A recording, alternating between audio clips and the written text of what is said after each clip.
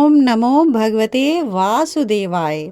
माघ मास की आप सभी भक्तों को बहुत बहुत शुभ मंगल कामनाएं।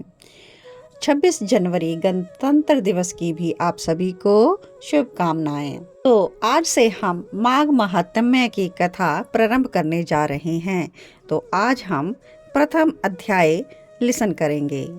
नारायणं नमस्कृत्य नरं चैव नरोत्तमं देवीं सरस्वती व्यासं ततो जयमुदीरयेत्।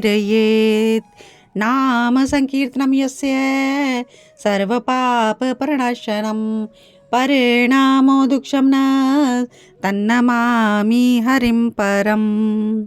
अथ प्रथमोऽध्यायः। एक समय श्री सूत जी अपने गुरु श्री व्यास जी से कहते हैं कि गुरुदेव कृपा करके मुझे माघ मास का महात्म्य कहिए। व्यास जी भी कहते हैं, हे सूत, अब मैं आपको माघ मास के महात्म्य की कथा कहता हूँ। एक समय राजा दिलीप यज्ञ स्नान के पश्चात सुंदर वस्त्र पहनकर कवच से शोभायमान होकर शिकार की सामग्री से युक्त होकर नगर से बाहर शिकार खेलने के लिए गया। उनके सैनिक शिकार की तलाश में हिरण, चीते, शेर आदि जंतुओं की खोज में इधर उधर घूमने लगे। उस वन में वनस्पति अत्यंत शोभा को प्राप्त हो रही थी।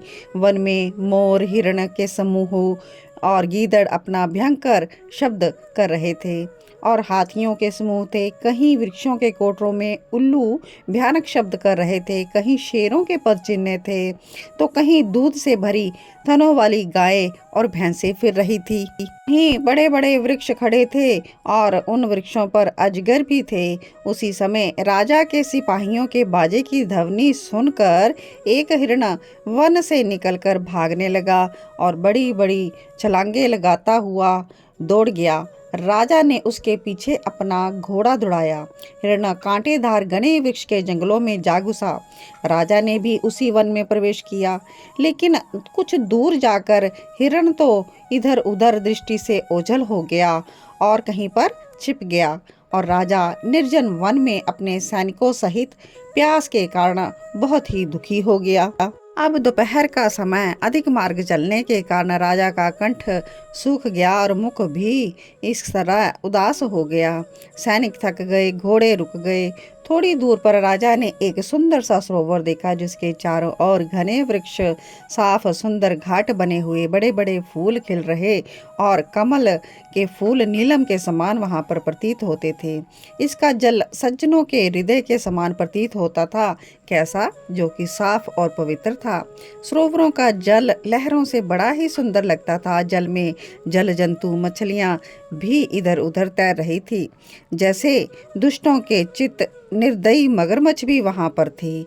जैसे विपत्ति में पड़े हुए लोगों के दुख को हरने के लिए महादानी पुरुष होते हैं, वैसे ही यह सरोवर अपने जल से सबको सुखी कर रहा था। इस सरोवर को देखकर राजा दिलीप की थकावट पहले तो दूर हो गई। जैसे मेघ को देखकर ही पपीहा शांत हो जाता है। राजा और सैनिकों ने वहां जाकर जल पिया और साईं की पूजा करके भोजन आदि फल फ्रूट वहां पर खाए। रात्रि में राजा ने वहीं पर विश्राम किया और सैनिक पहरा देने लगे चारों ओर। रात के अंतिम समय में सूरों के एक झुंड ने आकर सरोवर में पानी पिया।